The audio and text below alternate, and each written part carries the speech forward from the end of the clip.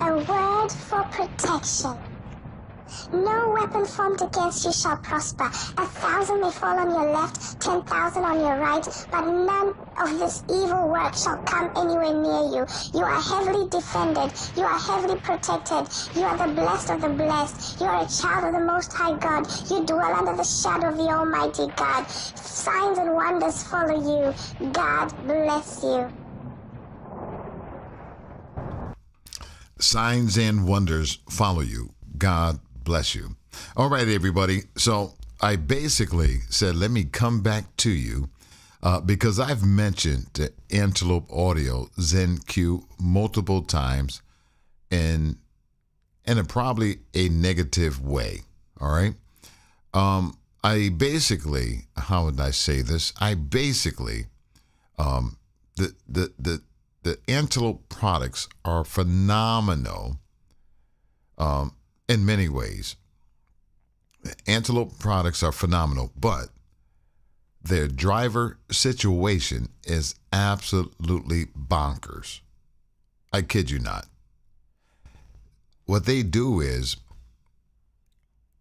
you have no idea when this thing is going to cut. Well, it won't cut off on you, but certain aspects of whatever you're doing won't be activated. It'll come in, come out. If you try to do too much and go flip-flop back in between different settings, it can freeze on you. This is the issue with the Antelope Audio products. If they ever got better drivers, whatever, and I'm not too sure what that even means, but if the drivers were better, I just hear people say the drivers are terrible. So I can't go into the technical aspects of their drivers. But if they ever got them together, they may be the best audio interface you can get for the money. For right now, number one for me is, for the money, that is, just for the money, number one for me is the Apogee Duet 3. Absolutely phenomenal. The preamps, the headphone amps, pristine. Absolutely phenomenal. I don't think you can get better when it comes to clarity and punch and just the whole thing. Now, the way I explain Apogee, the Duet 3, that is, I'm not too sure about the Symphony desktop. I'm just talking about the Duet 3. Matter of fact, let me turn the light on so you can see me.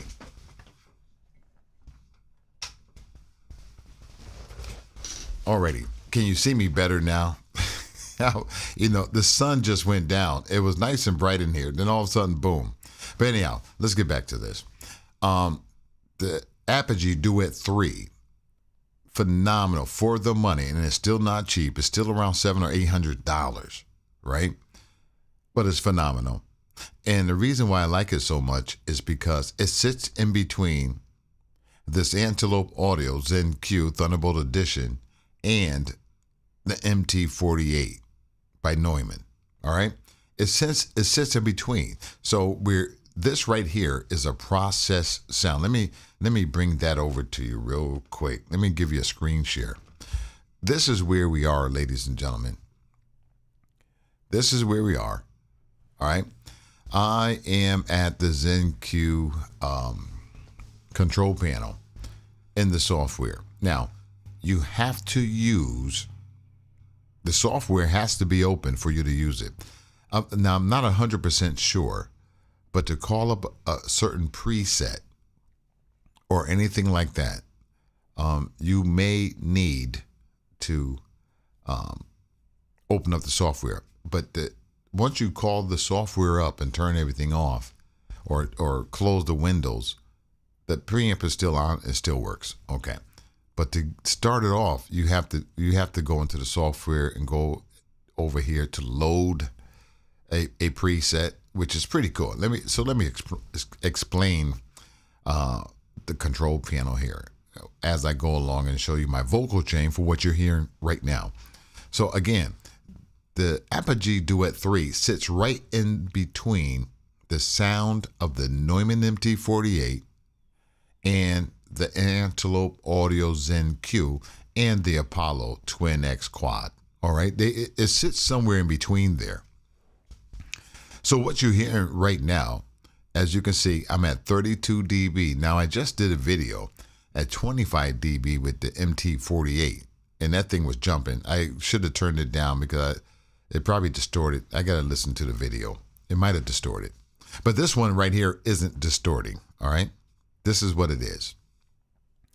And so I'm running at 32 dB, 48 volts phantom power. All good, all's fair in love and war, all right? As you can see up here on the Antelope Audio, I am linked for stereo. And as I go over here real quick for my headphones and monitors, I did link them down here at the bottom as well. All right. But notice headphone 1, which I'm on, I'm at -7 dB. Where on the MT48, I was at -19 dB. That just tells you how powerful the amps are in the MT48. And the Apogee Duet 3 is similar. So these amps are terrible, but not that terrible. What I mean by that is these amps sound pristine. It's just you don't get a lot of juice out of them. So you got to go all the way down here or to -5 or -3 to get a volume that you can listen to happily in your headphones, in the cans. All right. And so that's that. But the sound is actually very, very good. All right. Let me go back to my DAW. Now, I love Antelope Audio. Their built-in DAW right here, you see right here, is beautiful. Later for that Apollo mess where you got to do all this copy, paste, and reroute sound so you can hear what you're doing. No. Here, you just hit DAW. You can go here. See it right here? It says loop back, headphone 1 monitor. And that's all you do. You click that one. Then over here, you go to loop back, headphone 1 monitor. But when you come over, you just click 2. So that's for the preamp 2. All right. So anyhow, I wanted you to get a sound of this process sound that the Antelope Audio gives you. And I wanted you to get an idea of my vocal chain. So this is my vocal chain. And I just think the MT48 sounds very stereo compared to this. Let's go through my vocal chain and how I did this, because I did do something very unique. All right. I'm using a power gate, all right, for my noise gate right here, all right? And so that's simple, self-explanatory. Thresholds at 54. I'm on a 1-to-1 attack, and my decay is at 145, so forth and so on. My range is at 10. My gain is at 0, all right? So you got all of that.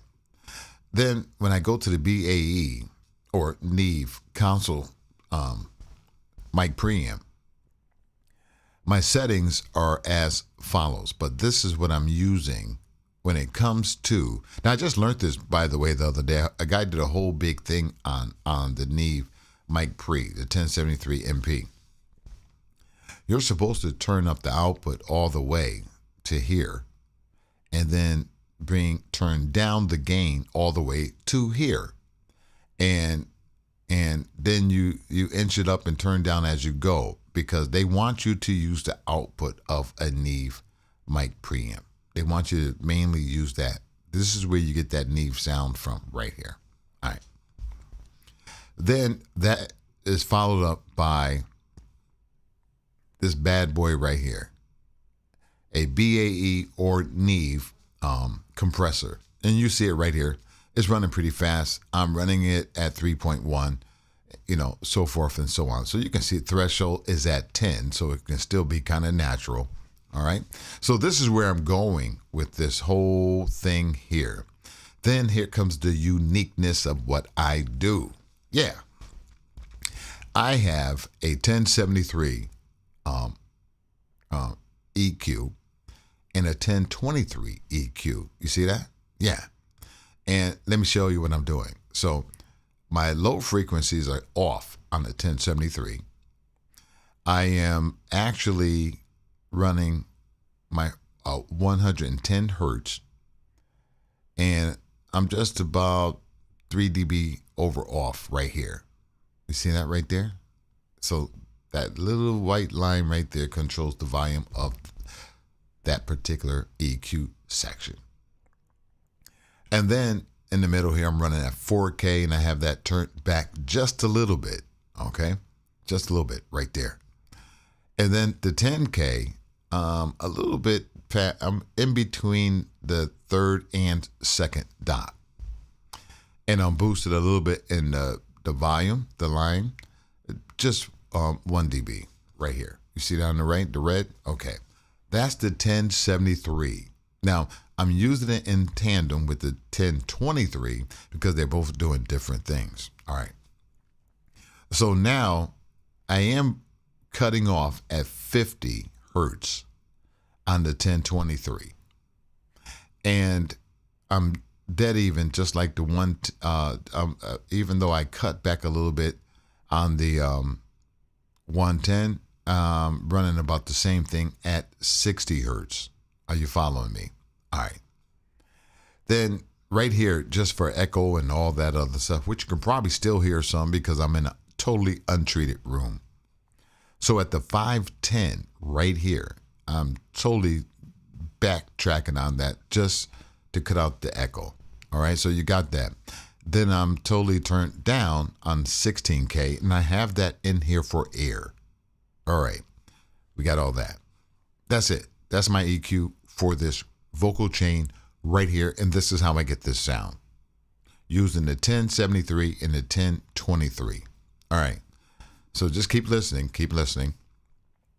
Then I'm going here to my de-esser, all right?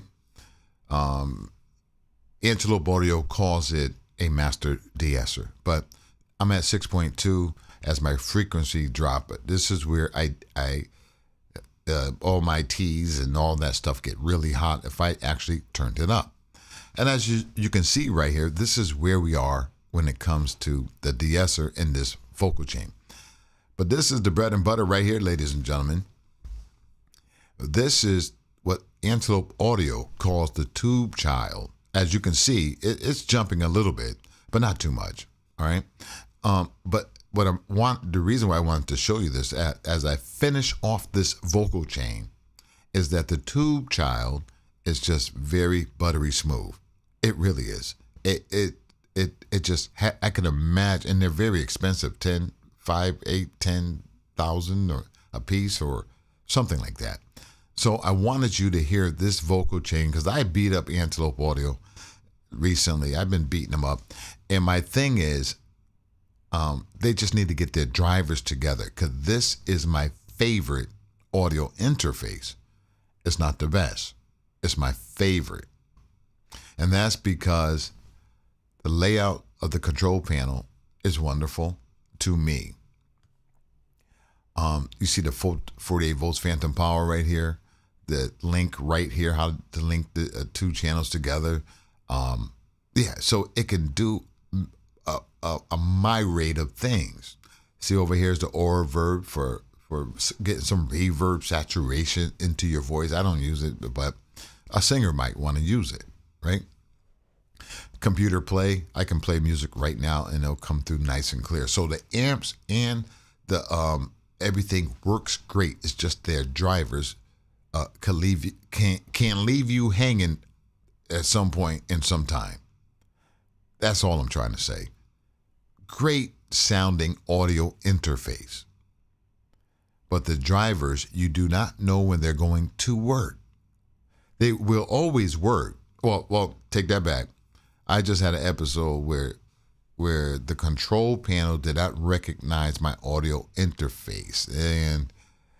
And I'm going to bring that up right here. There it is right there. It did not recognize it at all. And it just said basically, please plug in the device. And I'm like, what do you mean? It's plugged in. And this went on for a week. But luckily I have an MT48. So that's what. So when I normally do my Bible studies and podcasts and things like that, I normally would use the Antelope Audio Zen Q Thunderbolt edition. That's what this is. And you can hear how the sound is saturated, and it has is clear as day. So it has a very, very good sound, the Antelope Audio Zen Q. But I can't depend on it. So my desk setup, let me take it apart so you can see it. Take it apart. Okay. Ooh, sound like I was taking everything. So this is my desk setup, my Apogee Duet 3. I just had to pull it out of the dock. Took a lot of muscle because I never move it. But this thing right here, look, it's built like an iPhone, like metal and glass. It's beautiful. But it sounds absolutely outstanding. Just as good as my MT48. Just as good, if not better. Just as good as the Antelope Audio Zen Q. But the speakers and the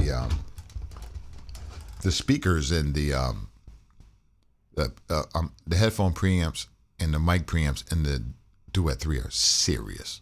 That's all I got to say about that. I ain't gonna brag no more about this thing right here. All right, so we got all that together. The Duet 3 sounds just as good as the MT48. The MT48 just has its own sound. I call it the Neumann sound, very sterile. But this is what you have. This is my vocal chain for podcasting, my podcast sound, using the Antelope Audio Zen Q Thunderbolt edition. How do you think it sounds? It's pretty good. Very good. And hopefully this will help you out a lot. It's just if Antelope Audio ever got their drivers together, they can be the number one. I'm dead serious. They can be the number one in audio interfaces, because this right here, people complain about this control panel, but it's very simple. Look, dB, mic preamp gains right here. You click on 48 volt phantom power. You can click here and do your 48 hertz like I'm running. And then, this is one more thing. I got to show you this. Let me click on here again. All right. On the left here, you see all this? You can run 8. I'm running 7, but you could run at least 8 simulations at one time on the Zen Go or the Zen Q. All right. So let me just click on something here. Let's go to compressors, right? I'll just open up this one. Let's go to compressors. I'm not going to click on anything. Do you see all this down here? You see how do I have to bring this up here? Let's see. I'm not sure. I'll bring it up to something right here. Okay. Let's go down to compressors. Look at all these compressors I can use. The FET A76, the X903, the VCA 160, the Liverpool, Geartech, Tube 176, Stay 11, Alt 436C, SMT 100A, FET A78, BA6A, Tube Child 70. All right. That's a Fairchild, by the way. It's funny how they changed the name. Look here. I have a compressor, Impressor compressor. And I'm using this. I have an Opto 2A, and then I have the Comp 4K strip. I have the Comp 4K bus. I have a bunch of Brainiac compressors, Gatekeeper. I have a bunch of stuff in this Antelope Audio Zen Q. So it's a serious, very serious audio interface. And I'm so in love. I've been using it because, and like I said, it has a built-in DAW loopback. So you can't beat it. It's just the drivers are terrible. All right, my friends, I just wanted to show you this and explain some of the things that I'm doing because it can drive you crazy. All right. So with that said, I'm just Jonathan, not a YouTuber, just a man explaining some of the things he uses to get his podcast in the mix. Once again, thank you for joining me. See you next time.